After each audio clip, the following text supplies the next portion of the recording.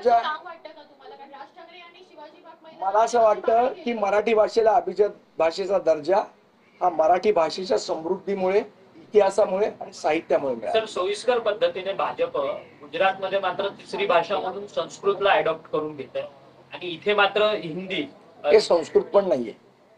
मला असं वाटतं आपली माहिती चुकीची आहे, पुन्हा एकदा आपण तपासू। आशिष शेलार सातत्यानं पत्रकार परिषदा घेऊन असं सांगतायत की हा निर्णय जो आहे हिंदी विषयाच्या बाबतीत हा आम्ही कायदेशीर कशा पद्धतीने घेतो। त्यांनी असं सुरुवातीला सांगितलं की आम्ही एक 450 शिक्षक तज्ञांची समिती बनवली, त्या समितीनं ड्राफ्ट बनवला, तो ड्राफ्ट आम्ही 3800 लोकांना वेगवेगळ्या क्षेत्रातल्या दिला आणि त्यांनी सांगितलं की हिंदी विषय घेणं गरजेचं आहे। त्यामुळे कुठेतरी 3800 लोकांच्या निर्णयावरती हा निर्णय घेतला असं म्हणायचं का? महाराष्ट्राची 12 कोटी मराठी जनता या गोष्टीला विरोध करते, तिथे 3800 लोकांचं काय घेऊन बसलंय?